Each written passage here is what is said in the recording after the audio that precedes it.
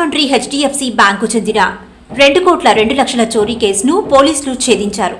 నిందితుడు అశోక్ను అదుపులోకి తీసుకుని డబ్బును పోలీసులు స్వాధీనం చేసుకున్నారు. ఈ ఘటన వివరాలను ఎస్పీ నరసింహ కిషోర్ మీడియాకు వెల్లడించారు.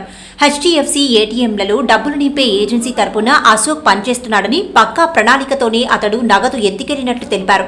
బ్యాంక్ సిబ్బంది సెక్యూరిటీ కళ్లు కప్పి అశోక్ పరారైనట్లు తెలిపారు. ఫిర్యాదు అందగానే 5 ప్రత్యేక బృందాలు ఏర్పాటు చేసి గంట వ్యవధిలో కేసును ఛేదించినట్లు తెలిపారు. నిందితుడు విలాసాలకు అలవాటు పడి చోరీకి ప్లాన్ చేశాడని వివరించారు. ఏటీఎంలకు ఎప్పుడు ఎక్కువ డబ్బులు వస్తాయో ముందుగానే గుర్తించి చోరీకి తేదీని కూడా నిందితుడు ముందుగానే నిర్ణయించుకున్నాడని తెలిపారు. సాంకేతిక ఆధారాలు, సీసీ కెమెరాల ఆధారంగా నిందితుడిని పట్టుకున్నట్లు ఎస్పీ వివరించారు.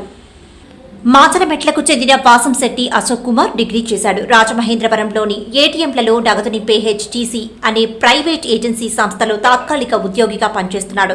నగరంలోని హెచ్డిఎఫ్సి బ్యాంకు సంబంధించిన 11 ఏటీఎంలలో నగదు నింపేందుకు శుక్రవారం మధ్యాహ్నం ఏజెన్సీ ఇచ్చిన 2,20,50,000 చెక్కును దానబాయిపేట హెచ్డిఎఫ్సి శాఖకు వెళ్లి నగదుగా మార్చాడు.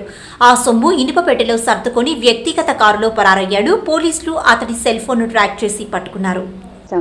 నగదు తన ఉంటున్న ప్లాట్లోనే పెట్టి పరారయ్యాడు. 9.50 లక్షలు తీసుకుని వెళ్లాడు. 50,000 కారు డ్రైవర్కి ఇచ్చాడు.